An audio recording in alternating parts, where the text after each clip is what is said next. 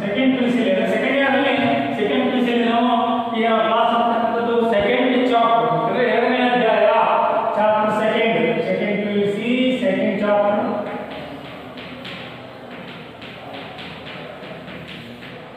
ಹಾಗಾದ್ರೆ ಅಧ್ಯಾಯದ ಹೆಸರು ವಿಗಮನದ ರೂಪಾತ್ಮಕ ಆಧಾರಗಳು ಫಾರ್ಮಲ್ ಗ್ರೌಂಡ್ಸ್ ಆಫ್ ಇಂಡಕ್ಷನ್.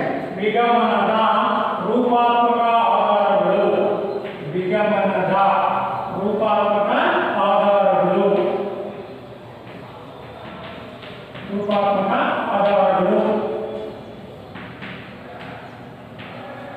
ಅದನ್ನು formal grounds of induction into bracket ಅಲ್ಲಿ formal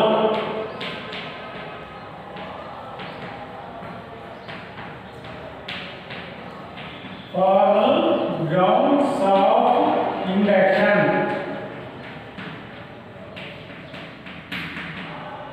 Formal grounds of induction. ವಿಗಮನದ ರೂಪಾತ್ಮಕ ಆಧಾರಗಳು. ನಾವು ಕ್ಲಾಸ್ ಸೆಕೆಂಡ್ ಚಾಪ್ಟರ್ ನಲ್ಲಿ ನಾವು ಆ ಕ್ಲಾಸ್ ತರಗತಿಯನ್ನು ನಾವು ತೆಗೆದುಕೊಂಡ್ವಿ. ಅಂದ್ರೆ ಅದರಲ್ಲಿ ಈ ಚಾಪ್ಟರ್ ವಿಗಮನದ ಗೃಹೀತ ತತ್ವಗಳಲ್ಲಿ ಒಂದು ಕ್ವೆಶ್ಚನ್ಸ್ ಗೃಹೀತ ತತ್ವ ಕೇಳಬಹುದು ಅಂತ ನಾವು ಈಗಾಗಲೇ ಎಕ್ಸ್ಪ್ಲನೇಷನ್ ಕೊಟ್ಟಾಗಿದೆ. ಅದೇ ರೀತಿಯಾಗಿ ವಿಗಮನದ ರೂಪಾತ್ಮಕ ಆಧಾರಗಳು ಯಾವುವು ಕ್ವೆಶ್ಚನ್ಸ್ ಕೇಳಿವೆ. ಒಂದು ನಿಸರ್ಗದ ಏಕಪ್ರಕಾರತೆಯ ನಿಯಮ, ಎರಡು ಕಾರ್ಯಕಾರಣ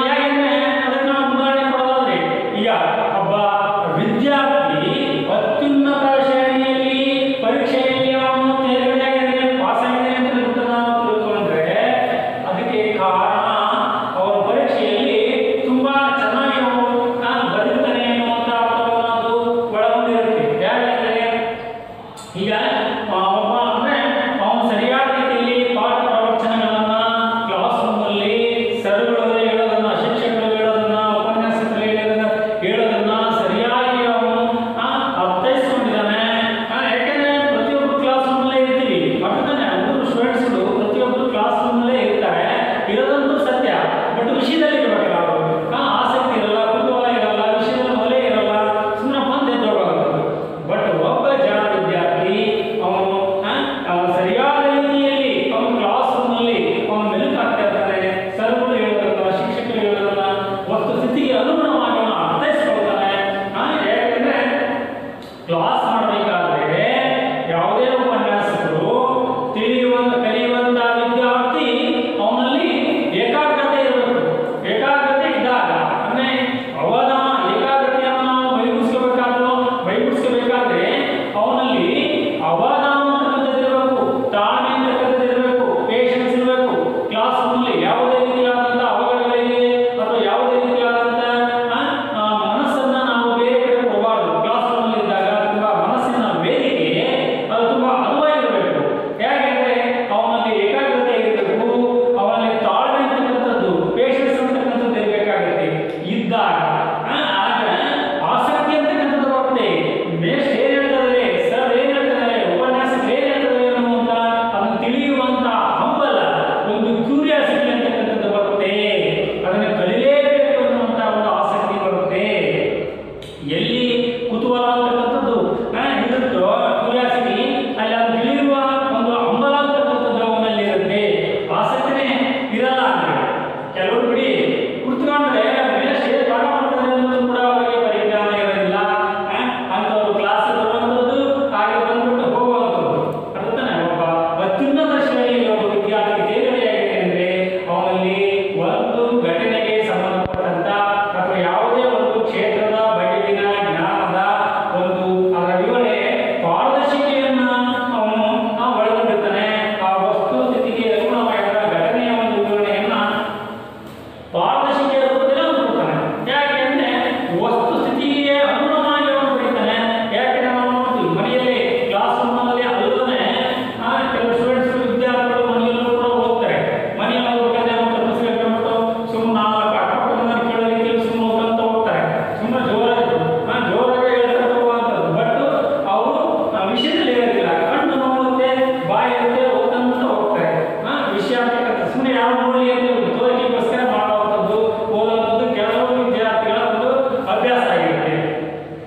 ಇನ್ನು ಒಬ್ಬ ಜಾಣ ವಿದ್ಯಾರ್ಥಿ ಅವನು ಯಾವುದಾದ್ರೂ ಒಂದು ನಿರೀಕ್ಷೆಯನ್ನು ಇಟ್ಟುಕೊಂಡಂತ ವಿದ್ಯಾರ್ಥಿ ಅವನ ಮನೆಯಲ್ಲೂ ಕೂಡ, ಯಾಕಂದ್ರೆ ಚೆನ್ನಾಗಿ ಓದುವಂಥದ್ದು, ಚೆನ್ನಾಗಿ ತಿನ್ನುವಂಥದ್ದು, ಚೆನ್ನಾಗಿ ಬರೆಯುವಂಥದ್ದು ಇದೆಯಲ್ಲ ಅದು ಕೂಡ ಒಂದು ಸ್ಕಿಲ್, ಅದೊಂದು ಕಲೆ ಅಂತ ಹೇಳ್ತೀವಿ, ಅದೊಂದು ಕೌಶಲ್ಯತೆ. ಈಗ ಒಬ್ಬ ಚೆನ್ನಾಗಿ ಆಡ್ತಾನೆ, ಚೆನ್ನಾಗಿ ಓದ್ತಾನೆ ಅಂದ್ರೆ ಅದು ಒಂದೇ ಸಲಕ್ಕೆ ಬರೋದಿಲ್ಲ. ಒಬ್ಬ ಚೆನ್ನಾಗಿ ಓದ್ತಾನೆ ಅನ್ನೋದಂದ್ರೆ ಓದಲಿಕ್ಕೆ ಕೂತ್ಕೊಂಡ ತಕ್ಷಣ ಅಲ್ಲಿ ಏನಾಗುತ್ತೆ, ಕಮ್ಯುನಿಕೇಶನ್ ಏರ್ಪಡುತ್ತೆ. ನಾವು ಓದುವಂತ ವಿಷಯ ಇರ್ತಲ್ಲ, ಆ ವಿಷಯಕ್ಕೂ ನಮ್ಮ ಚಕ್ಷುರೇಂದ್ರಿಯ, ಬುದ್ಧಿ, ಮನಸ್ಸು ಇವುಗಳೆಲ್ಲವೂ ಕೂಡ ಕಮ್ಯುನಿಕೇಶನ್ ಅಂತಕ್ಕಂಥದ್ದು ಏರ್ಪಡುತ್ತೆ.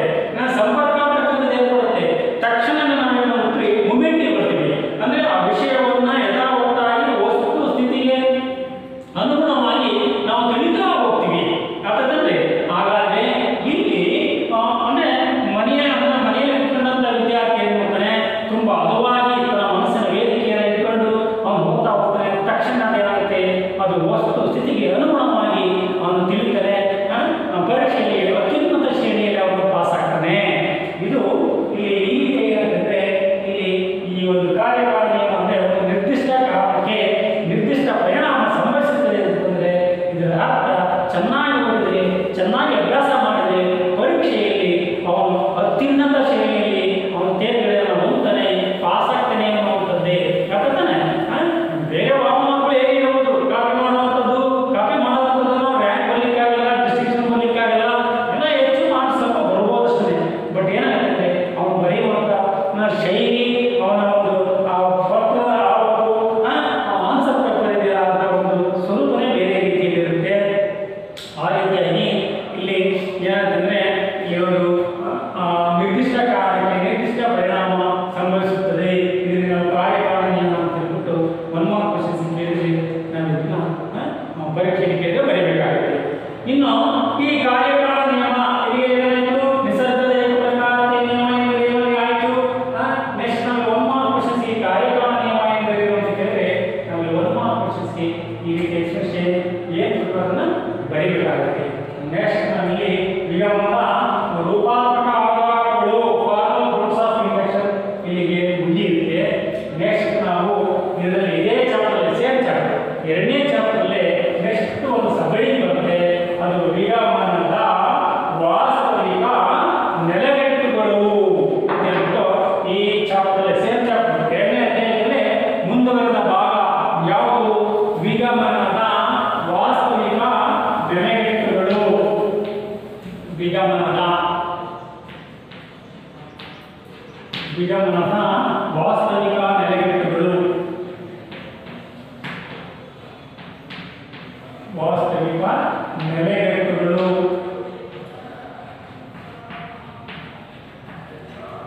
ಇದಕ್ಕೆ ಮತನಿಸಿದೆ ಎಕ್ಸಾಮಿನೇಷನ್ ಅಲ್ಲಿ 2 ಮಾರ್ಕ್ ಕ್ವೆಶ್ಚನ್ಸ್ ಕೇಳ್ತಾನೆ. ಯಾಕೆ ಹೇಳ್ತಾನೆ? ಈ ಟಾಪಿಕ್ ಮೇಲೆ ಯಾಕೆ ಹೇಳ್ತಾನೆ? ವಿಗಮನದ ವಾಸ್ತವಿಕ ನೆಲೆಗಟ್ಟುಗಳು ಯಾವುವು ಅಂತ ಹೇಳ್ಬಿಟ್ಟು 2 ಮಾರ್ಕ್ ಕ್ವೆಶ್ಚನ್ಸ್ ಕೇಳ್ತಾನೆ ಕಾಲೇಜ್ ಎಕ್ಸಾಮಿನೇಷನ್ ಅಲ್ಲಿ. ಅಥವಾ ಇಲ್ಲಿ ಮತ್ತೊಂದು ಪದ ಇದೆ, ಯಾವುದು? ವಿಷಯಾತ್ಮಕ ಆಧಾರಗಳು ಅಂತ ಕೇಳಬಹುದು. ಹೇಗೆ? ವಿಗಮನದ ವಿಷಯಾತ್ಮಕ ಆಧಾರಗಳು ಯಾವುವು ಅಂತ ಹೇಳ್ಬಿಟ್ಟು ಅದು ಕೂಡ 2 ಮಾರ್ಕ್ ಕ್ವೆಶ್ಚನ್ಸ್ಗೆ ಕೇಳಬಹುದು. ಹಾಗಾದ್ರೆ ಅದಕ್ಕೆ ಉತ್ತರ ಆನ್ಸರ್ ಒಂದು ಅವಲೋಕನ ದಟ್ ಈಸ್ ಅಬ್ಸರ್ವೇಷನ್, ಎರಡು ಪ್ರಯೋಗ ಎಕ್ಸ್ಪೆರಿಮೆಂಟ್. ವಿಗಮನದ ವಿಷಯಾತ್ಮಕ ಆಧಾರಗಳು ಯಾವುವು ಅಥವಾ ವಿಗಮನದ ವಾಸ್ತವಿಕ ನೆಲೆಗಟ್ಟುಗಳು ಯಾವುವು ಅಂತ ಹೇಳ್ಬಿಟ್ಟು 2 ಮಾರ್ಕ್ ಕ್ವೆಶ್ಚನ್ಸ್ಗೆ ಎಕ್ಸಾಮಿನೇಷನ್ ಕೇಳಿದ್ರೆ ನಮ್ಮಲ್ಲಿ ಒಂದು ಫಸ್ಟ್ ಒನ್ ಅವಲೋಕನ ಅಬ್ಸರ್ವೇಷನ್, ಸೆಕೆಂಡ್ ಒನ್ ಪ್ರಯೋಗ ದಟ್ ಈಸ್ ಎಕ್ಸ್ಪೆರಿಮೆಂಟ್. ವಿಗಮನದ ವಾಸ್ತವಿಕ ನೆಲೆಗಟ್ಟುಗಳು ಅಥವಾ ವಿಷಯಾತ್ಮಕ ಆಧಾರಗಳು ಯಾವುವು? ವಿಷಯಾತ್ಮಕ ಆಧಾರಗಳು ಅಂತ ಹೇಳ್ತೀವಿ. ವಿಷಯಾತ್ಮಕ ಆಧಾರಗಳು. ಮತ್ತೆ ನಾವು ಪರೀಕ್ಷೆಗೆ ಬಹುತೇಕ ನಾವು ನೋಡ್ತೀವಿ, ನಮ್ಮ ಅನುಭವದಲ್ಲಿ ಹೇಳೋದಾದ್ರೆ ಎಕ್ಸಾಮಿನೇಷನ್ ಹುಡುಗರು ಈ ಕ್ವಶನ್ಸ್ ಅನ್ನ 100 ಮಾರ್ಕ್ಸ್ ತೆಗೆದುಕೊಂಡಂತ ವಿದ್ಯಾರ್ಥಿಗಳು 90 ಮೇಲೆ ತೆಗೆದುಕೊಂಡಂತ ಲಾಜಿಕ್ ಸ್ಟೂಡೆಂಟ್ಸ್ ಇದಾರಲ್ಲ ಅವ್ರೇನ್ ಮಾಡ್ತಾರೆ ಅಂದ್ರೆ ಕನ್ಫ್ಯೂಷನ್ ಮಾಡ್ಕೊಂತಾರೆ. ಒಂದು ಯಾಕಂದ್ರೆ ವಿಗಮನದ ರೂಪಾತ್ಮಕ ಆಧಾರಗಳು ಯಾವುವು ಅಂತ ಕೇಳಿದ್ರೆ ಇವ್ರು ಬರ್ತಾರೆ ಯಾವುದು ಅವಲೋಕನ ಮತ್ತು ಪ್ರಯೋಗ ಅಂತ ಹೇಳ್ಬೋದು. ಇನ್ನು ವಿಗಮನದ ವಿಷಯಾತ್ಮಕ ಆಧಾರಗಳು ಯಾವುವು ಅಂತ ಕೇಳಿದ್ರೆ ಅದನ್ನು ಬರ್ತಾರೆ. ಏನು? ನಿಸರ್ಗದ ಏಕಪ್ರಕಾರತೆ ನಿಯಮ ಒಂದು, ಎರಡು ಕಾರ್ಯಕ್ರಮ ನಿಯಮ ಅಂತ ಹೇಳ್ಬಿಟ್ಟು ಅದನ್ನು ಬರ್ತಾರೆ. ಅದು ಕನ್ಫ್ಯೂಷನ್ ಮಾಡ್ಕೋಬಹುದು. ಬಹುತೇಕವಾಗಿ ಪ್ರತಿಭಾವಂತ ವಿದ್ಯಾರ್ಥಿಗಳನ್ನೇ 100ಕ್ಕೆ ಎಷ್ಟು 95 98 ತಕ್ಕಂಥ ವಿದ್ಯಾರ್ಥಿಗಳನ್ನೇ ಕನ್ಫ್ಯೂಷನ್ ಮಾಡ್ಕೊಂಡು ಪರೀಕ್ಷೆಯಲ್ಲಿ ನಮ್ಗೆ ಕನ್ಸಲ್ಟ್ ಮಾಡಿ ಸರ್ ನಾವು ಅದನ್ನು ಮಾಡಿದೆ ಅವೆರಡನ್ನೂ ಕನ್ಫ್ಯೂಷನ್ ಮಾಡ್ಕೋಬಾರ್ದು. ಅದಕ್ಕೆ ಪರ್ಫೆಕ್ಟ್ ಆಗಿ ನಿಖರವಾಗಿ ಬರೀಬೇಕು. ಇಲ್ಲಿ ವಿಷಯಾತ್ಮಕ ಆಧಾರಗಳು ವಿಗಮನದ ವಾಸ್ತವಿಕ ನೆಲೆಗಟ್ಟುಗಳು ಯಾವುವು ಅಥವಾ ವಿಗಮನದ ವಿಷಯಾತ್ಮಕ ಆಧಾರಗಳು ಯಾವುವು ಅಂತ ಕೇಳಿದ್ರೆ 2 ಮಾರ್ಕ್ ಕ್ವೆಶ್ಚನ್ಸ್ಗೆ ಒಂದು ಅವಲೋಕನ ಅಬ್ಸರ್ವೇಷನ್, ಅವಲೋಕನ.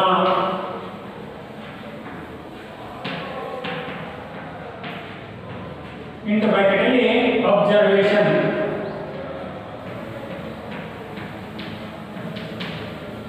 ಎರಡನೇದು ಪ್ರಯೋಗ.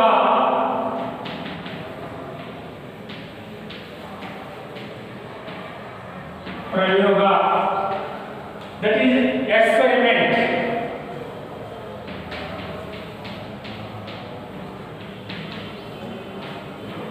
ಎಕ್ಸ್ಪೆರಿಮೆಂಟ್. ಇನ್ನು ಪರೀಕ್ಷೆಯಲ್ಲಿ 1 ಮಾರ್ಕ್ ಕ್ವೆಶ್ಚನ್ಸ್ ಕೇಳ್ತಾನೆ. ಯಾಕೆ ಕೇಳ್ತಾನೆ ಕ್ವೆಶ್ಚನ್? ಅವಲೋಕನ ಎಂದರೇನು? What is observation? ಅಥವಾ 1 ಮಾರ್ಕ್ ಕ್ವೆಶ್ಚನ್ಸ್ ಕೇಳಬಹುದು. ಯಾಕೆ ಕೇಳಬಹುದು? ಪ್ರಯೋಗ ಎಂದರೇನು? What is experiment? ಈ ರೀತಿಯಾಗಿ 1 ಮಾರ್ಕ್ ಕ್ವೆಶ್ಚನ್ಸ್ ಅನ್ನ ಆನ್ಯುವಲ್ ಎಕ್ಸಾಮಿನೇಷನ್ ಅಲ್ಲಿ ಅಂಡರ್ಸ್ಟುಡ್ ಪ್ರತಿ ಎಕ್ಸಾಮಿನೇಷನ್ ಅಲ್ಲೂ ಕೂಡ ಕೇಳ್ತಾರೆ. ಹೇಗೆ 1 ಮಾರ್ಕ್ ಕ್ವೆಶ್ಚನ್ಸ್? ಅವಲೋಕನ ಎಂದರೇನು? What is observation? ಅದೇ ರೀತಿಯಾಗಿ ಪ್ರಯೋಗ ಎಂದರೇನು? What is experiment? ಈ ರೀತಿ 1 ಮಾರ್ಕ್ ಕ್ವೆಶ್ಚನ್ಸ್ ಕೇಳ್ತಾರೆ.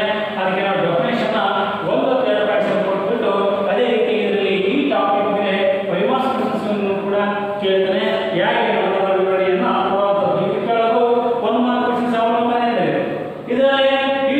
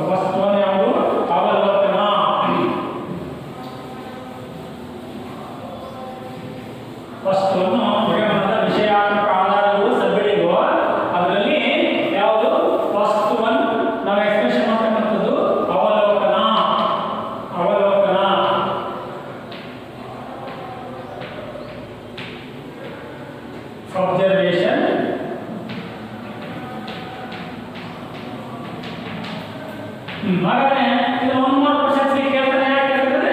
ಅವಲೋಕನ ಎಂದರೆ ಏನು ಅಂತ ಒನ್ ಮಾರ್ಕ್ ಕ್ವೆಶ್ಚನ್ಸ್ ಆಗಿ ಎಕ್ಸಾಮಿನೇಷನ್ ಇದು ಅಂಡರ್ಸ್ಟುಡ್. ಇದರಲ್ಲೇ ಪ್ರಭೇದಗಳು ಬರ್ತವೆ. ಮುಂದೆ ಹೇಳ್ತೀವಿ ಸದನಚಿತವಾಗಿ ಅವಲೋಕನ ಎಂದರೆ ಏನು ಅಂತ ನಾವು ಕೇಳಬಹುದು. ನೆಕ್ಸ್ಟ್ ಸಬ್ ಅವಲೋಕನದಿಂದ ಬರುತ್ತೆ. ಒಂದು ದೃಷ್ಟಾವಲೋಕನ ಅಂತ ಬರುತ್ತೆ. ಅದನ್ನ ನಾವು ಕೇಳಬಹುದು. ವಾಟ್ ಈಸ್ ಮಾಲ್ ಅಬ್ಸರ್ವೇಷನ್ ಅಂತ ಹೇಳ್ಬೋದು. ನೆಕ್ಸ್ಟ್ ಇದರಲ್ಲೇ ಅವಲೋಕನದಲ್ಲೇ ನೆಕ್ಸ್ಟ್ ಇದರಲ್ಲೇ ವಿಂಗಡಿಸ್ತಾ ನಾವು ಹೋದ್ರೆ ಯಾವುದು ಅನಾವಲೋಕನ ಎಂದರೇನು? What is non observation? ಸಂದರ್ಭೋಚಿತವಾಗಿ ನಾವು ಹೇಳ್ತಾ ಹೋಗ್ತೀವಿ. ಈಗ ಫಸ್ಟ್ ಆಫ್ ಆಲ್ ಅವಲೋಕನ ಸಬಳಿಯುವ ಇದರಲ್ಲಿ ಅವಲೋಕನ ಎಂದರೇನು? ವಾಟ್ ಈಸ್ ಅಬ್ಸರ್ವೇಷನ್ ಅಂತ ಕೇಳಿದ್ರೆ ನಾವು ಒಂದು ಎರಡು ಪಾಯಿಂಟ್ಸ್ ಬರೆಯಬೇಕು. ನಾವು ಇದಕ್ಕೆ ಅವಲೋಕನ ಫಸ್ಟ್ ಪಾಯಿಂಟ್ಸ್ ನಾವು ಸಾಮಾನ್ಯವಾದ ಅರ್ಥದಲ್ಲಿ ಅವಲೋಕನ ಎಂದರೆ ವೀಕ್ಷಿಸುವುದು ಎಂದರ್ಥ. ನಾವು ಸಾಮಾನ್ಯ ಪರಿಭಾಷೆಯಲ್ಲೇ ಹೇಳ್ತೀವಿ. ಏನು ಯಾವ ಅಬ್ಸರ್ವ್ ಮಾಡ್ತಾನೆ ಅಂತ ಹೇಳ್ಬಿಟ್ಟು ಅಬ್ಸರ್ವ್ ಮಾಡ್ತಾರೆ ಅಂದ್ರೆ ವೀಕ್ಷಿಸುವಂಥದ್ದು, ನೋಡುವಂಥದ್ದು ಎನ್ನುವಂಥ ಸಾಮಾನ್ಯವಾದ ಅರ್ಥವನ್ನ ಒಳಗೊಂಡಿರುತ್ತೆ. ಅರ್ಥನೇ. ಇನ್ನು ಇಲ್ಲಿ ಅಂದ್ರೆ ಆ ಪದದ ಒಂದು ಹೇಗೆ ಈ ಪದದ ಒಂದು ಇದು ಭಾಗ ಅಂತಕ್ಕಂಥದ್ದು ಇಲ್ಲಿ ಅಬ್ಸರ್ವೇಷನ್ ಅಂದ್ರೆ ಆಬ್ಜೆಕ್ಟ್ ಮತ್ತು ಸರ್ವರ್ ಎಂಬ ಪದದಿಂದ ಇದು ಒಳಗೊಂಡಿರುತ್ತೆ. ಯಾಕಂದ್ರೆ ಅವು ಅಂದ್ರೆ ಏನನ್ನಾದರೂ ಸರ್ವರ್ ಅಂದ್ರೆ ಇರಿಸಿಕೊಳ್ಳುವಂಥದ್ದು ಅಂದ್ರೆ ಮನಸ್ಸಿನಲ್ಲಿ ಅಂದ್ರೆ ನಮ್ಮ ಮನಸ್ಸಿನಲ್ಲಿ ಏನನ್ನಾದರೂ ಇರಿಸಿಕೊಳ್ಳುವುದು ಎಂಬ ಸಾಮಾನ್ಯವಾದ ಅರ್ಥವನ್ನ ಇದು ಕೊಡುತ್ತೆ. ಬಟ್ ನಾವು ಸಿಸ್ಟಮ್ಯಾಟಿಕ್ ಬರೆಯೋದಾದ್ರೆ ಶಾಸ್ತ್ರೀಯವಾಗಿ ನಾವು ಬರೆಯೋದಾದ್ರೆ ಇದರ ಡೆಫಿನೇಷನ್ ಅವಲೋಕನ ಎಂದರೆ ನಮ್ಮ ಮನಸ್ಸು, ಪಂಚೇಂದ್ರಿಯಗಳು ಮತ್ತು ಬುದ್ಧಿ ಇವುಗಳ ಸಹಕಾರದಿಂದ ನಡೆಯುವ ಒಂದು ಚಟುವಟಿಕೆಯೇ ಅಥವಾ ಒಂದು ಮಾನಸಿಕ ಪ್ರಕ್ರಿಯೆಯು ಅವಲೋಕನ ಎಂದಾಗುತ್ತದೆ. ನಾವು ಎಕ್ಸಾಮಿನೇಷನ್ ಅಲ್ಲಿ ಡೆಫಿನೇಷನ್ ಒನ್ ಮಾರ್ಕ್ ಕ್ವೆಶ್ಚನ್ಸ್ ಕೇಳಿದ್ರೆ ಇದನ್ನೇ ಬರೆಯಬೇಕು. ಡೆಫಿನೇಷನ್ ಏನು?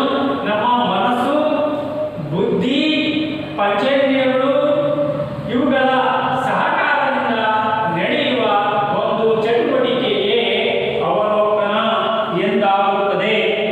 ಇದು ಡೆಫಿನೇಷನ್. ಆಯ್ತಾ? ನೆಕ್ಸ್ಟ್ ಇಲ್ಲಿಗೆ ಅವಲೋಕನ ಎಂದರೇನು ಒನ್ ಮಾರ್ಕ್ ಕ್ವೆಶ್ಚನ್ಸ್ಗೆ ಇದು ಡೆಫಿನೇಷನ್ ಆಗುತ್ತೆ. ನೆಕ್ಸ್ಟ್ ನಾವಿಲ್ಲಿ ಅವಲೋಕನದ ಲಕ್ಷಣಗಳು 5 ಮಾರ್ಕ್ಸ್ ಕ್ವೆಶ್ಚನ್ಸ್ ಕೇಳ್ತಾನೆ. ಇಲ್ಲಿ ಅವಲೋಕನದ ಲಕ್ಷಣಗಳು ನಿರೂಪಿಸಿರಿ ಅಂತ ಹೇಳ್ಬಿಟ್ಟು ಇದನ್ನ 5 ಮಾರ್ಕ್ಸ್ ಕ್ವೆಶ್ಚನ್ಸ್ ಕೇಳಿದ್ರೆ ಇಲ್ಲಿ ಇದು 1 ಮಾರ್ಕ್ ಕ್ವೆಶ್ಚನ್ಸ್ ಆಗಿದ್ದು. ನೆಕ್ಸ್ಟ್ ನಾವು 5 ಮಾರ್ಕ್ಸ್ ಕ್ವೆಶ್ಚನ್ಸ್ಗೆ ಅವಲೋಕನದ ಲಕ್ಷಣಗಳು 5 ಮಾರ್ಕ್ಸ್ ಕ್ವೆಶ್ಚನ್ಸ್.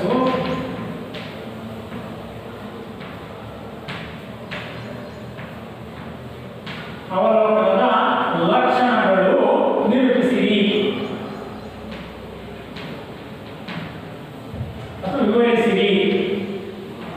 ಅವಲೋಕನದ ಲಕ್ಷಣಗಳು ವಿವರಿಸಿರಿ 5 ಮಾರ್ಕ್ಸ್ ಕ್ವೆಶ್ಚನ್ಸ್. ಆರ್ಮಿ ಎಕ್ಸಾಮಿನೇಷನ್ ಅಲ್ಲಿ ಇದನ್ನ 5 ಮಾರ್ಕ್ಸ್ ಕೇಳ್ತಾರೆ. ಅವಲೋಕನದ ಲಕ್ಷಣಗಳು ನಿರೂಪಿಸಿರಿ. ಹಾಗಾದ್ರೆ ಒಂದು ಇಲ್ಲಿ ಅವಲೋಕನವು ತನ್ನ ಲಕ್ಷಣಗಳಲ್ಲಿ ಕೆಲವು ಲಕ್ಷಣಗಳನ್ನು ಒಳಗೊಂಡಿರುತ್ತೆ. ಅವು ಸಬ್ ಒಂದು ಫಸ್ಟ್ ಒನ್ ಅವಲೋಕನವು ಮಾನಸಿಕವಾದದ್ದು. ಈ ಸಬಳಿ ಎರಡರಲ್ಲಿ ಏನು ಅವಲೋಕನದ ಲಕ್ಷಣಗಳಲ್ಲಿ ನಾವು ಒಂದು ಫಸ್ಟ್ ಅವಲೋಕನವು ಮಾನಸಿಕವಾದ ಕ್ರಿಯೆ. ಫಸ್ಟ್ ಒನ್ ಅವಲೋಕನವು ಮಾನಸಿಕವಾದ ಕ್ರಿಯೆ. ಅವಲೋಕನದ ಲಕ್ಷಣಗಳಲ್ಲಿ ಫಸ್ಟ್ ಒನ್ ಅವಲೋಕನವು ಮಾನಸಿಕವಾದ ಕ್ರಿಯೆ.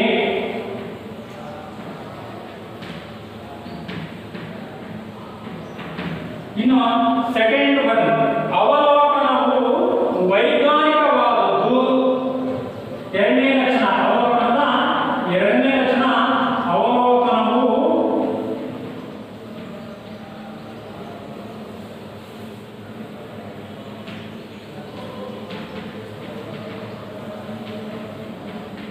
ಅವಲೋಕನವು ಉದ್ದೇಶಪೂರಿತವಾದದ್ದು. ಅವಲೋಕನವು ಉದ್ದೇಶಪೂರಿತವಾದದ್ದು. ಅವಲೋಕನವು ಉದ್ದೇಶಪೂರಿತವಾದದ್ದು.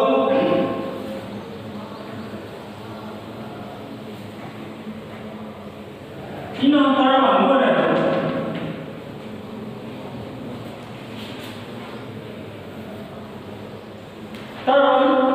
ಅವಲೋಕನವು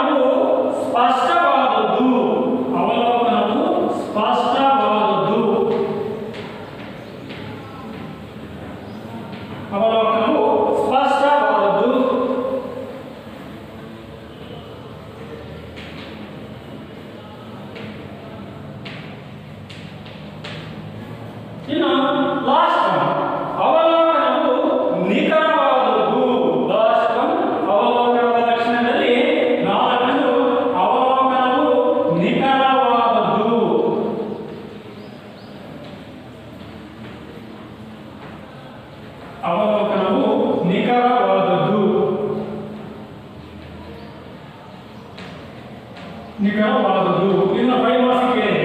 ಅವಲೋಕನದ ಲಕ್ಷಣಗಳು ವಿವರಿಸಿ ಅಂತ ಕೇಳಿದ್ರೆ ನಾವು ಕೆಳಗೆ ಬರೀತೀವಿ. ಏನು ಅವಲೋಕನದ ಲಕ್ಷಣಗಳು ಈ ಕೆಳಗಿನಂತಿವೆ ಅಥವಾ ಈ ಕೆಳಗಿನಂತಿವೆ. ಒಂದು ಫಸ್ಟ್ ಒಂದು ಬರೀತೀವಿ. ಏನು ಅವಲೋಕನವು ಮಾನಸಿಕವಾದ ಕ್ರಿಯೆ. ಇನ್ನು ಎರಡನೇದು ಯಾವುದು ಅವಲೋಕನವು ಉದ್ದೇಶಪೂರಿತವಾದದ್ದು. ಇನ್ನು ಮೂರನೇ ಲಕ್ಷಣ ಅವಲೋಕನವು ಸ್ಪಷ್ಟವಾದದ್ದು. ಇನ್ನು ನಾಲ್ಕನೇ ಲಕ್ಷಣ ಅವಲೋಕನವು ನಿಖರವಾದದ್ದು. ಈ ರೀತಿ ನಾಲ್ಕನ ಲಕ್ಷಣಗಳನ್ನು ಬರೀತೀವಿ. ಈ ನಾಲ್ಕನ್ನು ಕೂಡ ಒಂದು ಅಥವಾ ಎರಡು ಸೆಂಟೆನ್ಸ್ ಅಲ್ಲಿ ನಾವು ವಿವರಿಸ್ತಾ ಹೋಗ್ಬೇಕು. ಯಾಕಂದ್ರೆ ಈ ನಾಲ್ಕು ಹೆಸರನ್ನ ಬರೆದ್ರೆ ನಮಗೆ 5 ಮಾರ್ಕ್ಸ್ ಅನ್ನ 5 ಮಾರ್ಕ್ಸ್ ಅನ್ನ ಕೊಡಲ್ಲ. ಒಂದೊಂದಕ್ಕೆ ಎರಡು ಅಥವಾ ಒಂದು ಸೆಂಟೆನ್ಸ್ ಅನ್ನ ಪಾಯಿಂಟ್ಸ್ ಅನ್ನ ಬರೆಯಬೇಕಾಗುತ್ತೆ. ಆ ಹಿನ್ನೆಲೆಯಲ್ಲಿ ಈ ನಾಲ್ಕನ್ನು ಕೂಡ ನಾವು ಈಗ ಎಕ್ಸ್ಪ್ರೆಷನ್ ಮಾಡೋಣ. ನಾಲ್ಕನ್ನು ಕೂಡ ಒಂದು ಫಸ್ಟ್ ಒನ್ ಅವಲೋಕನವು ಮಾನಸಿಕವಾದ ಕ್ರಿಯೆ. ಇದನ್ನು ನಾವು ಎಕ್ಸ್ಪ್ರೆಷನ್ ಮಾಡಬೇಕಾಗುತ್ತೆ. ಒಂದು ಫಸ್ಟ್ ಒನ್ ಅವಲೋಕನವು ಮಾನಸಿಕವಾದ ಕ್ರಿಯೆ.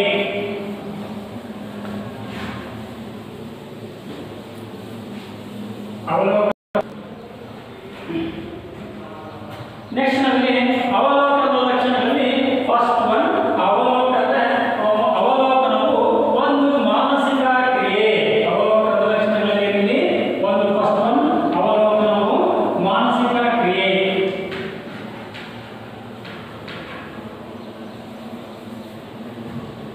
ಅವಲೋಕನವು ಒಂದು ಮಾನಸಿಕ ಕ್ರಿಯೆ.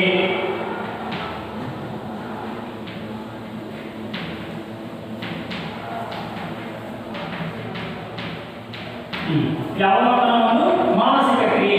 ಇದಕ್ಕೆ ನಾವು ಈ ನಾಲ್ಕು ಲಕ್ಷಣಗಳು ಅವಲೋಕನದ ಲಕ್ಷಣಗಳು ನಾಲ್ಕು ಏನಿದಾವ ಆ ನಾಲ್ಕು ಕೂಡ ಒಂದೆರಡೇ ಪಾಯಿಂಟ್ಸ್ ತಗೊಂಡು ಹೋಗುವಂಥದ್ದು. ಆ ಹಿನ್ನೆಲೆಯಲ್ಲಿ ಫಸ್ಟ್ ಸಬಡಿ ಅವಲೋಕನವು ಒಂದು ಮಾನಸಿಕ ಕ್ರಿಯೆ. ಹಾಗಾದ್ರೆ ಇದಕ್ಕೆ ಎಕ್ಸ್ಪ್ರೆಷನ್ ಒಂದು ಪಾಯಿಂಟ್ಸ್ ಕೊಡೋದಾದ್ರೆ ಇಲ್ಲಿ ಅಬ್ಸರ್ವೇಷನ್ ಅಂತ ಕರೀತಿದೆಯಲ್ಲ, ಯಾವುದೋ ಒಂದು ಘಟನೆ ಅಥವಾ ಯಾವುದೋ ಒಂದು ಕ್ಷೇತ್ರಕ್ಕೆ ಸಂಬಂಧಿಸಿದಂತೆ ಜ್ಞಾನವನ್ನ ನಾವು ಪಡೆಯಬೇಕಾದರೆ ಇಲ್ಲಿ ಈ ಒಂದು ಜ್ಞಾನ ಅಂತಕ್ಕಂಥದ್ದು ನಮ್ಮ ಮನಸ್ಸಿನಲ್ಲಿ ಅದು ನಮ್ಮ ಮನಸ್ಸಿನ ಮುಖೇನ ನಾವು ಮೆದುಳಿಗೆ ಹೋಗ್ಬಿಟ್ಟು ಮನಸ್ಸಿನ ಮುಖೇನ ಅದರ ಒಂದು ಜ್ಞಾನವನ್ನು ಪಡ್ಕೋಬೇಕಾಗತ್ತೆ. ಆ ಹಿನ್ನೆಲೆಯಲ್ಲಿ ಯಾವುದೋ ಒಂದು ಪದಾರ್ಥದ ಬಗೆಗಿನ ಜ್ಞಾನ ಆಗಿರ್ಬೋದು, ಯಾವುದೋ ಒಂದು ವಸ್ತು ವಿಷಯದ ಜ್ಞಾನ ಆಗಿರ್ಬೋದು, ಯಾವುದೇ ಒಂದು ಕ್ಷೇತ್ರದ ಬಗೆಗಿನ ಜ್ಞಾನವಾಗಿರ್ಬೋದು, ಆ ಕ್ಷೇತ್ರದ ಜ್ಞಾನವನ್ನು ಪಡೆಯಬೇಕಾದರೆ ಅದಕ್ಕೆ ಸಂಬಂಧಿಸಿದಂಥ ವಿವರಣೆ ಇದೆಯಲ್ಲ, ಆ ನಾಲೆಡ್ಜ್ ಅಂತಕ್ಕಂಥದ್ದು ಅದು ನಮ್ಮ ಮನಸ್ಸಿನಲ್ಲಿ ನಡೆಯುವಂತಹ ಒಂದು ಪ್ರಕ್ರಿಯೆಯು. ಇದು ಫಸ್ಟ್ ಪಾಯಿಂಟ್ಸ್. ಇದಕ್ಕೆ ಅವಲೋಕನ ಒಂದು ಮಾನಸಿಕ ಕ್ರಿಯೆ.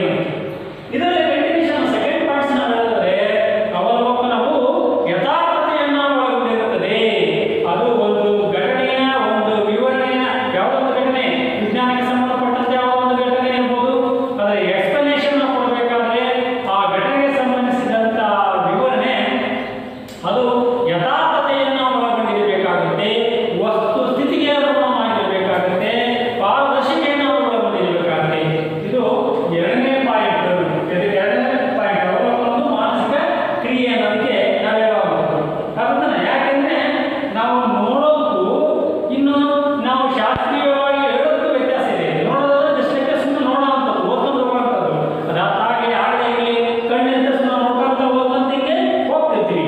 ಯಾಕಂದ್ರೆ ಅದು ಏನಾಗುತ್ತೆ, ಸುಮ್ಮನೆ ಒಂದು ಅವಲೋಕನ ಅಂತ ಹೇಳ್ಬಿಟ್ಟು ಅನಿಸ್ಕೊಳ್ಳುವಂಥದ್ದು.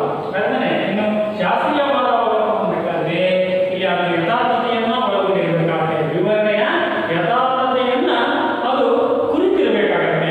ಯಾಕೋ ಉದಾಹರಣೆ ಸಹಿತವಾಗಿ ಹೇಳೋದಾದ್ರೆ ನಮ್ಮ ರಫೇಲ್ಸ್ ಹೇಳೋದಾದ್ರೆ ಒಂದು ಉದಾಹರಣೆಯನ್ನ ಇಲ್ಲಿ ಎಕ್ಸ್, ವೈ ಮತ್ತು ಝೆಡ್ ಎಂಬ ವ್ಯಕ್ತಿಗಳಿಗೆ ಮಲೇರಿಯಾ ರೋಗ ಬಂದಿರುತ್ತದೆ.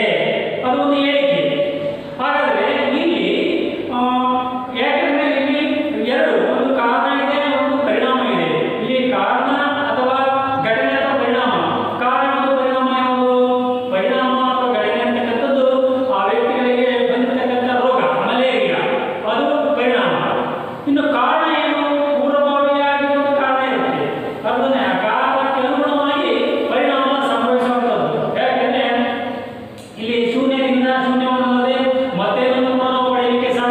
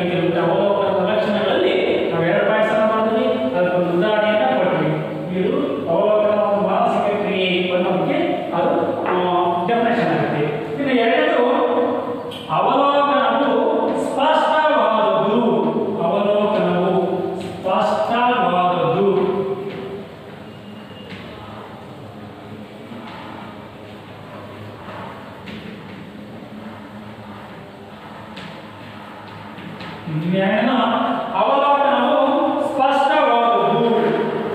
ಹಾಗಾದರೆ ಇಲ್ಲಿ ಎಕ್ಸ್ಪ್ಲನೇಷನ್ ನಾವು ಅವಲೋಕನವು ಸ್ಪಷ್ಟವಾದದ್ದು ನಮಗೆ ಇಲ್ಲಿ ನಾವು ಒಬ್ಬ ಯಾವುದೇ ಈ ಜಗತ್ತಿನಲ್ಲಿರುವಂತಹ ಪ್ರತಿಯೊಬ್ಬ ವ್ಯಕ್ತಿಗೂ ಪ್ರತಿಯೊಂದು ಜೀವಿಗೂ ಕೂಡ ಒಂದೊಂದು ಉದ್ದೇಶ ಅಂತಕ್ಕಂಥದ್ದಿರುತ್ತೆ, ಒಂದೊಂದು ಗುರಿ ಅಂತಕ್ಕಂಥದ್ದಿರುತ್ತೆ. ಯಾಕಂದ್ರೆ ಆ ಉದ್ದೇಶಕ್ಕೆ ಅನುಗುಣವಾಗಿ ನಾವು ಸ್ಟ್ರಗಲ್ ಮಾಡುವಂಥದ್ದು. ಪ್ರತಿಯೊಂದು ಜೀವಿಗೂ ಕೂಡ ತಾನು ಬದುಕಬೇಕು ಎನ್ನುವಂಥ ಹಂಬಲ ಇರುತ್ತೆ. ಯಾಕೆಂದ್ರೆ ಜೀವಿಸುವಂತ ಹಕ್ಕು ಪ್ರತಿಯೊಬ್ಬರಿಗೂ ಕೂಡ ಇರುತ್ತೆ. ಯಾಕಂದ್ರೆ ಆ ಹಿನ್ನೆಲೆಯಲ್ಲಿ ಎಲ್ಲರೂ ಕೂಡ ಕ್ರಿಯಾಶೀಲರಾಗಿರ್ತಾರೆ. ತಾನು ಬದುಕಲೇಬೇಕು, ಅದನ್ನು ನಾವು ಸ್ಟ್ರಗಲ್ ಮಾಡಿ ಎಕ್ಸಿಸ್ಟೆನ್ಸ್ ತನ್ನ ಉಳಿವಿಗೋಸ್ಕರವಾಗಿ ಹೋರಾಟ. ಎಲ್ಲರೂ ಕೂಡ ಕ್ರಿಯಾಶೀಲರಾಗಿರ್ತಾರೆ, ಪ್ರಯತ್ನಶೀಲರಾಗಿರ್ತಾರೆ. ಯಾವ ರೀತಿಯಲ್ಲಾದ್ರೂ ಕೂಡ ನಾವು ಬದುಕಬೇಕು ಎನ್ನುವಂಥದ್ದು ಯಾರು ಕೂಡ ತನ್ನ ಸಾಯಕ್ಕೆ ವಯಸ್ಸಾದವರು ಹೇಳಿದ್ರು ಕೂಡ ಅವ್ರು ಏನ್ ಮಾಡ್ತಾರೆ, ನಾವು ಬದುಕಲೇಬೇಕು, ನಾವು ತಿನ್ನಲೇಬೇಕು, ನಾವು ಉಣ್ಲೇಬೇಕು ಅಂತಾರೆ. ಯಾಕೆಂದ್ರೆ ಅವರು ಕೂಡ ಸಾಯುವಂತ ಆಸೆ ಇರೋದಿಲ್ಲ ಯಾರು ಕೂಡ. ಆ ಹಿನ್ನೆಲೆಯಲ್ಲಿ ಏನಾಗ್ತದೆ ಇಲ್ಲಿ ಯಾಕೆ ಅದನ್ನ ಹೇಳಿದ್ರೆ ಕಾಲೇಜಿಗೆ ಹೋಗ್ತಕ್ಕಂಥ ಪ್ರತಿಯೊಬ್ಬ ವಿದ್ಯಾರ್ಥಿಗೂ ಕೂಡ ಜಾಣ ವಿದ್ಯಾರ್ಥಿಗಳಿಗೆ ಒಂದಲ್ಲ ಒಂದು ಗುರಿ ಅಂತಕ್ಕಂಥದ್ದು, ಒಂದಲ್ಲ ಒಂದು ಉದ್ದೇಶ ಅಂತಕ್ಕಂಥದ್ದು ಇರುತ್ತೆ. ಯಾರು ಕೂಡ ಉದ್ದೇಶ ರಹಿತವಾಗಿ ಕಾಲೇಜಿಗೆ ಸುಮ್ಮನೆ ಬೇಜಾರಾಗಿದೆ ಅಂತ ಹೇಳ್ತಾರಲ್ಲ, ಬೇಜಾರಾಗಂದ್ರೆ ಬೇರೆ ತಾಣಗಳು ಇರ್ತವೆ, ಬೇರೆ ಸ್ಥಳಗಳು ಇರ್ತವೆ. ಬಟ್ ಇಲ್ಲಿ ಕಾಲೇಜಿಗೆ ಹೋಗ್ತಕ್ಕಂಥ ಜಾಣ ವಿದ್ಯಾರ್ಥಿಗಳು ಪ್ರತಿಯೊಬ್ಬರು ಕೂಡ ಒಂದೊಂದು ಉದ್ದೇಶವನ್ನು ಇಟ್ಕೊಂಡು ಅವರು ಕಾಲೇಜಿಗೆ ಹೋಗ್ತಿರ್ತಾರೆ. ಆ ಉದ್ದೇಶ ಸದುದ್ದೇಶದಿಂದ ಕೂಡಿರುತ್ತೆ. ಯಾಕೆಂದ್ರೆ ಅವ್ರ ನಿರೀಕ್ಷಣೆ ಇಟ್ಕೊಂಡೇ ಬರ್ತಾರೆ, ನಾವು ಕಾಲೇಜಿಗೆ ಹೋಗ್ಬೇಕು, ಸರಿಯಾದ ರೀತಿಯಲ್ಲಿ ಪಾಠ ಪ್ರವಚನ ಕೇಳಬೇಕು, ನೆಕ್ಸ್ಟ್ ನಾನೊಂದು ಉದ್ಯೋಗವನ್ನು ಪಡ್ಕೋಬೇಕು, ಅಥವಾ ನಾನು ಯಾವುದೇ ಒಂದು ಕ್ಷೇತ್ರದ ಬಗೆಗಿನ ಜ್ಞಾನವನ್ನು ತಿಳ್ಕೊಂಡ್ರೆ ಯಾವುದೇ ರೀತಿಯಲ್ಲಾದ್ರೂ ಕೂಡ ನಾವೇನು ಒಂದು ನಾಲೆಡ್ಜ್ ಇದ್ರೆ ಬದುಕಬಹುದು ಎನ್ನುವಂತ ಒಂದು ಉದ್ದೇಶವನ್ನು ಇಟ್ಟುಕೊಂಡೇ ಕಾಲೇಜ್ಗೆ ಬಂದಿರ್ತಾರೆ.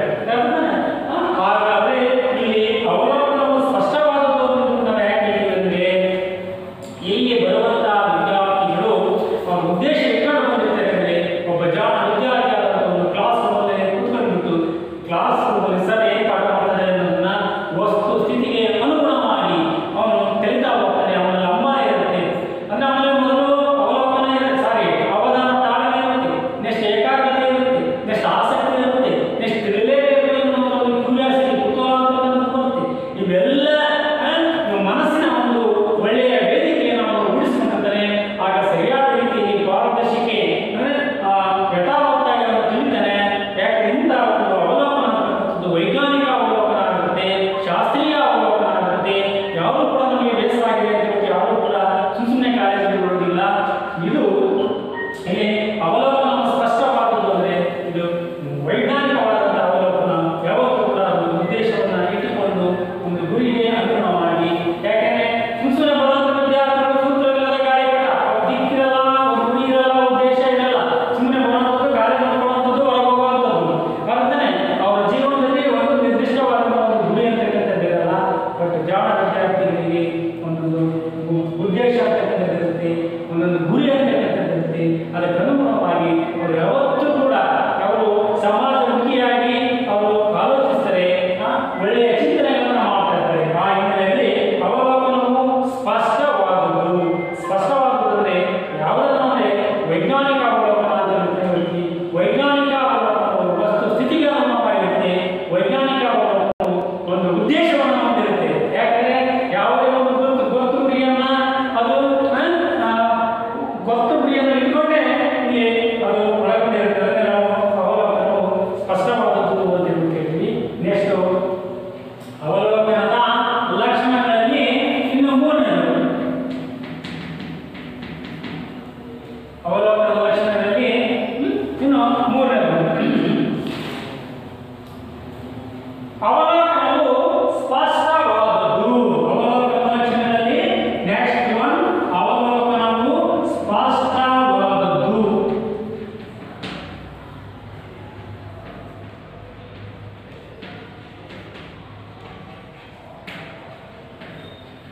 ಅವಲೋಕನವು ಸ್ಪಷ್ಟವಾದದ್ದು.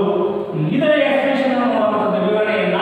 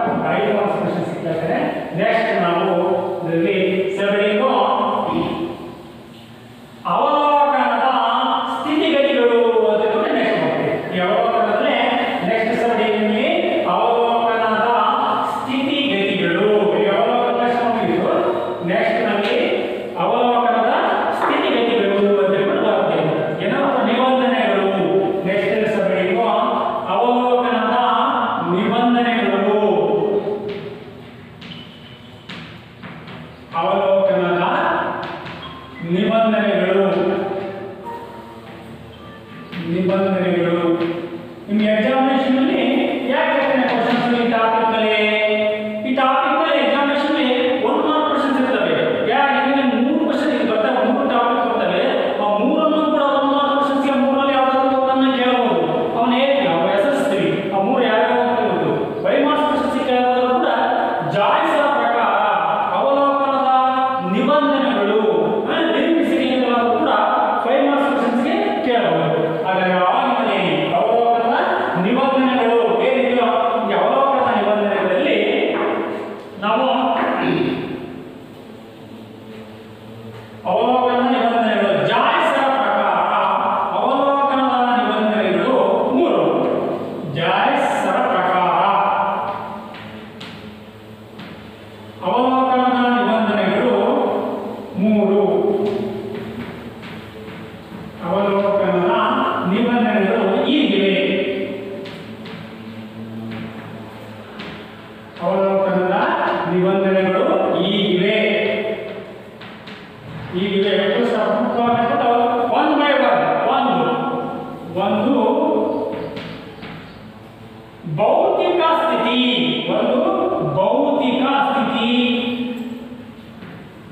ಅಂದ್ರೆ ನಾವು ಫಿಸಿಕಲ್ ಕಂಡೀಷನ್ ಅಂತ ಕೇಳ್ತೀವಿ. ಭೌತಿಕ ಸ್ಥಿತಿ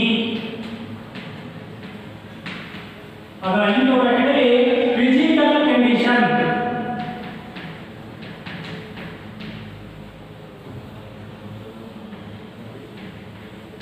ಫಿಸಿಕಲ್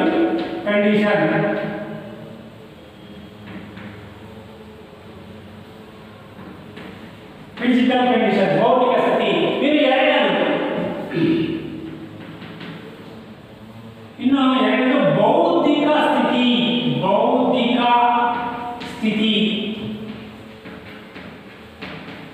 ಇಂಟು ಬ್ರಾಕೆಟಲ್ಲಿ ಇಂಟೆಲೆಕ್ಚುಯಲ್ ಕಂಡೀಷನ್. ಬೌದ್ಧಿಕ ಸ್ಥಿತಿ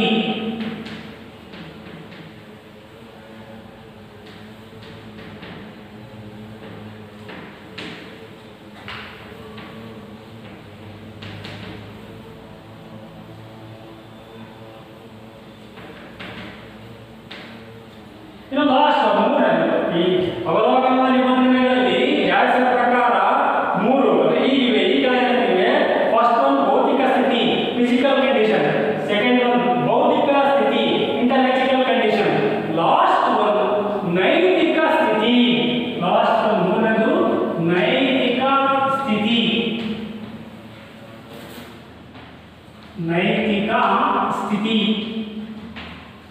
ಅದನ್ನ ಮಾರಲ್ ಕಂಡೀಷನ್.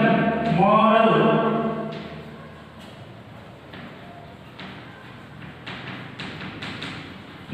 ಕಂಡೀಷನ್. ಹಾಗಾದ್ರೆ ಎಕ್ಸಾಮಿನೇಷನ್ ಅಲ್ಲಿ 1 ಮಾರ್ಕ್ ಕ್ವಶನ್ಸ್ ಕೇಳ್ತಾರೆ. ಯಾಕಂದ್ರೆ ಭೌತಿಕ ಸ್ಥಿತಿ ಎಂದರೆ ಏನು? ಇಲ್ಲೂ ಕೂಡ ಮಕ್ಕಳು ಸ್ಟೂಡೆಂಟ್ಸ್ ಕನ್ಫ್ಯೂಷನ್ ಮಾಡ್ತಾರೆ ಕ್ವಶನ್ಸ್. ಇಲ್ಲಿ ಮುಂದೆ ಬರುತ್ತೆ ಅರಿಸ್ಟಾಟಲರ ಕಾರಣತತ್ವ ಅಂತ ಹೇಳಿದ್ರು. ಅರಿಸ್ಟಾಟಲ್ ಅವರು ಕಾರಣತತ್ವದಲ್ಲಿ 4 ಹೇಳ್ತಾರೆ. 4 ಪ್ರಭೇದಗಳು ಯಾವಂದ್ರೆ, ಒಂದು ಅಲ್ಲಿ ಭೌತಿಕ ಕಾರಣ ಫಿಸಿಕಲ್ ಕಾಸ್, 2 ನಿಮಿತ್ತ ಕಾರಣ ಎಫಿಸಿಯೆಂಟ್ ಕಾಸ್, 3 ರೂಪ ವಿಶೇಷ ಕಾರಣ ಫಾರ್ಮಲ್ ಕಾಸ್, ಲಾಸ್ಟ್ ಅಂತಿಮಾತ್ಮ ಧ್ಯೇಯ ಕಾರಣ ಫೈನಲ್ ಕಾಸ್. ಅವು ಅರಿಸ್ಟಾಟಲರ ಕಾರಣತತ್ವದಲ್ಲಿ 4 ಪ್ರಭೇದಗಳು. ಅಲ್ಲಿ ಬರ್ತಕ್ಕಂಥ ಮೊದಲನೇ ಇದೆಯಲ್ಲ ಯಾವ ಭೌತಿಕ ಕಾರಣ, ಅದರ ಆನ್ಸರ್ನ ಇದು ಬರುತ್ತೆ. ಭೌತಿಕ ಸ್ಥಿತಿ ಅಂದರೆ ಏನು ಅಂತ ಕ್ವಶನ್ ಕೇಳಿದ್ರೆ ಅದನ್ನ ಇದು ಬರುತ್ತೆ. ಭೌತಿಕ ಕಾರಣ ಅಂದರೆ ಏನು ಅಂದ್ರೆ ಆ ಸಂದರ್ಭದಲ್ಲಿ ನಾವು ಹೇಳ್ತೀವಿ. ಬಟ್ ಈ ಸಂದರ್ಭಕ್ಕೆ ಅನುಗುಣವಾಗಿ ಹೇಳೋದಾದ್ರೆ ಭೌತಿಕ ಕಾರಣ ಇಲ್ಲಿ ನಾವು ಕೇಳಿದ ಕ್ವಶನ್ ಯಾವ್ದನ್ನು ನೋಡಬೇಕು. ಭೌತಿಕ ಸ್ಥಿತಿ ಇಲ್ಲಿ ಜಾಯ್ಸರ ಪ್ರಕಾರ ಅವಲೋಕನದಲ್ಲಿ, ಅಲ್ಲಿ ಅರಿಸ್ಟಾಟಲರ ಕಾರಣತತ್ವದಲ್ಲಿ ಭೌತಿಕ ಕಾರಣ. ಇದು ಪ್ರತಿಭಾವಂತ ವಿದ್ಯಾರ್ಥಿಗಳು ಕೂಡ ಇದು ಕೂಡ ಮಾಡ್ತಾರೆ. ಪ್ರತಿ ಎಕ್ಸಾಮಿನೇಷನ್ ಬೋರ್ಡಲ್ಲಿ ಇವೆರಡು ರೀತಿ ಕ್ವಶನ್ಸ್ ಆಗ್ತದೆ. ಅಲ್ಲಿ ಹಿಂದೆ ಏನಿರಲ್ಲ, ಹಿಂದೆ ಅದನ್ನು ಈ ಕ್ವಶನ್ ಕನ್ಫ್ಯೂಷನ್ ಮಾಡ್ತಾರೆ. ಇಲ್ಲಿ ಭೌತಿಕ ಕಾರಣ ಅಂದ್ರೆ ಏನಕ್ಕೆ ಅಂದ್ರೆ ಯಾವುದರಿಂದ ಒಂದು ವಸ್ತು ಮಾಡಲ್ಪಟ್ಟಿರುತ್ತದೆಯೋ, ಮ್ಯಾನುಫ್ಯಾಕ್ಚರ್ ತಯಾರಿಸಲ್ಪಟ್ಟಿರುತ್ತದೆಯೋ ಅದು ಭೌತಿಕ ಕಾರಣ. ಅಲ್ಲಿ ಬರ್ತಕ್ಕಂಥ ಕಾರಣ ಇದು ಭೌತಿಕ ಸ್ಥಿತಿ. What is physical condition? ಭೌತಿಕ ಸ್ಥಿತಿ ಎಂದರೆ ಏನು?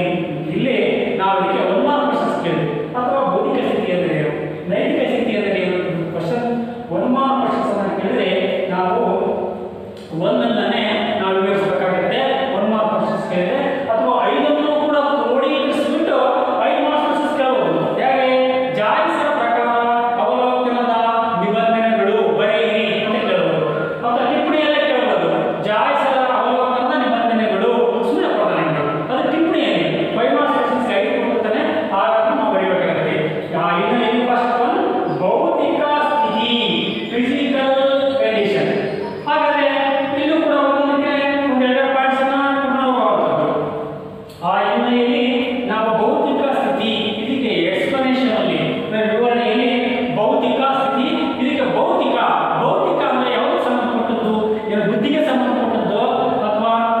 ಶರೀರಕ್ಕೆ ಸಂಬಂಧಪಟ್ಟದ್ದು ಈ ರೀತಿ ನಾವು ಪ್ರಶ್ನೆಯನ್ನು ಹಾಕಿಕೊಂಡಾಗ ಭೌತಿಕ ಸ್ಥಿತಿ ಅಂತ ಇದೆಯಲ್ಲ ಅದು ಫಿಸಿಕಲಿ ಕಂಡೀಷನ್ ಅಂದ್ರೆ ನಮ್ಮ ಶರೀರ ಬಾಡಿ ನಮ್ಮ ಶರೀರಕ್ಕೆ ಸಂಬಂಧಪಟ್ಟದ್ದು ಅದನ್ನೇ ನಾವು ಫಿಸಿಕಲಿ ಅಂತ ಹೇಳ್ತೀವಿ. ಅಂದ್ರೆ ಭೌತಿಕ ಶರೀರ ಇದೆಯಲ್ಲ ನಮ್ಮ ಬಾಡಿ ಶರೀರ ಅದನ್ನೇ ನಾವು ಭೌತಿಕ ಸ್ಥಿತಿ. ಹಾಗಾದ್ರೆ ಇಲ್ಲಿ ಸಂದರ್ಭ ಯಾವುದು ಅಂದ್ರೆ ಭೌತಿಕ ಸ್ಥಿತಿ ನಮ್ಮ ಅವಲೋಕನದ ಯಾಕೆ ಮುನ್ನ ಹೇಳಿದ್ರೆ ಒಂದು ಅವಲೋಕನ ಯಶಸ್ವಿ ಆಗಬೇಕಾದ್ರೆ ವೈಜ್ಞಾನಿಕ ಅವಲೋಕನ ಆಗಬೇಕಾದ್ರೆ ಸಕ್ಸಸ್ಫುಲ್ ಆದಂತ ಒಂದು ಅವಲೋಕನ ಆಗಬೇಕಾದ್ರೆ ಈ ನಿಬಂಧನೆಗಳನ್ನು ಒಳಗೊಂಡಿರಬೇಕು, ಷರತ್ತುಗಳನ್ನು ಒಳಗೊಂಡಿರಬೇಕು. ಯಾವುದು ಭೌತಿಕ ಸ್ಥಿತಿ ಮತ್ತು ನೈತಿಕ ಸ್ಥಿತಿ ಈ ಮೂರು ಭಾಗಗಳನ್ನು ಕೂಡ ಒಳಗೊಂಡಿದ್ರೆ ಅಂತಹ ಅವಲೋಕನ ಅದು ಏನಾಗುತ್ತೆ ಅಂತಹ ಅವಲೋಕನ ವೈಜ್ಞಾನಿಕ ಪೂರಿತವಾದಂತಹ ಅವಲೋಕನ ಅನಿಸ್ಕೊಳ್ಳುತ್ತೆ, ಒಂದು ಯಶಸ್ವಿಯಾದಂತಹ ಅವಲೋಕನ ಅನಿಸ್ಕೊಳ್ಳುತ್ತೆ. ಆ ಹಿನ್ನೆಲೆಯಲ್ಲಿ ಈ ಮೂರನ್ನು ಕೂಡ ನಾವು ಒನ್ ಬೈ ಒನ್ ನಾವು ಎಕ್ಸ್ಪ್ಲೇನ್ ಮಾಡಬಹುದು. ಒಂದು ಫಸ್ಟ್ ಒನ್ ಭೌತಿಕ ಸ್ಥಿತಿ ಫಿಸಿಕಲ್ ಕಂಡೀಷನ್. ಅದಕ್ಕೆ ಎಕ್ಸ್ಪ್ಲೇಷನ್ ಅಂದ್ರೆ ಭೌತಿಕ ಅಂದ್ರೆ ಇಲ್ಲಿ ನನಗಾಗಲೇ ಹೇಳಿದ ಹಾಗೆ ನಮ್ಮ ಶರೀರಕ್ಕೆ ಸಂಬಂಧಪಟ್ಟದ್ದು ಅರ್ಥನೇ. ಯಾಕೆಂದ್ರೆ ಫಸ್ಟ್ ಪಾಯಿಂಟ್ಸ್ ಅಂದ್ರೆ ನಮ್ಮ ಭೌತಿಕ ಶರೀರವು ಪಂಚೇಂದ್ರಿಯಗಳನ್ನ ಒಳಗೊಂಡಿರುತ್ತೆ. ಪಂಚೇಂದ್ರಿಯಗಳು 5 ಇಂದ್ರಿಯಗಳು ಅರ್ಥನೇ. 1 ನಾಲಿಗೆ ರಸನೇಂದ್ರಿಯ, 2 ಚಕ್ಷುರೇಂದ್ರಿಯ ಕಣ್ಣು, 3 ಶ್ರೋತೇಂದ್ರಿಯ ಕಿವಿ, ಸ್ಪರ್ಶೇಂದ್ರಿಯ ಅರ್ಥನೇ. ಈ ರೀತಿಯಾಗಿ 5 ಇಂದ್ರಿಯಗಳು ಇಲ್ಲಿ ಯಾವುದೇ ಒಂದು ಕ್ಷೇತ್ರದ ಬಗೆಗಿನ ಜ್ಞಾನವನ್ನು ಪಡೆಯಬೇಕಾದ್ರೆ ಈ ಪಂಚೇಂದ್ರಿಯಗಳು ಜ್ಞಾನದ ದ್ವಾರಬಾಗಿಲುಗಳಿದ್ದಂತೆ.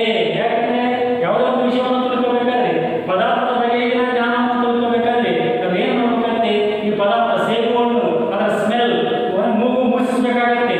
ಇನ್ನು ಅದನ್ನ ಸ್ಪರ್ಶೇಂದ್ರಿಯ ಅದನ್ನ ಏನು ನೋಡಬೇಕಾಗುತ್ತೆ, ಅದನ್ನ ಮುಟ್ಟಿ ನೋಡ್ಬೇಕಾಗತ್ತೆ, ಮೃದುವಾಗಿದೆ ಅನ್ನುವಂಥದ್ದು, ಅದರ ಸ್ಟ್ರಕ್ಚರ್ ರಚನೆ ದುಂಡಾಗಿದೆ ಅಂತಕ್ಕಂಥದ್ದು ಅರ್ಥನೇ.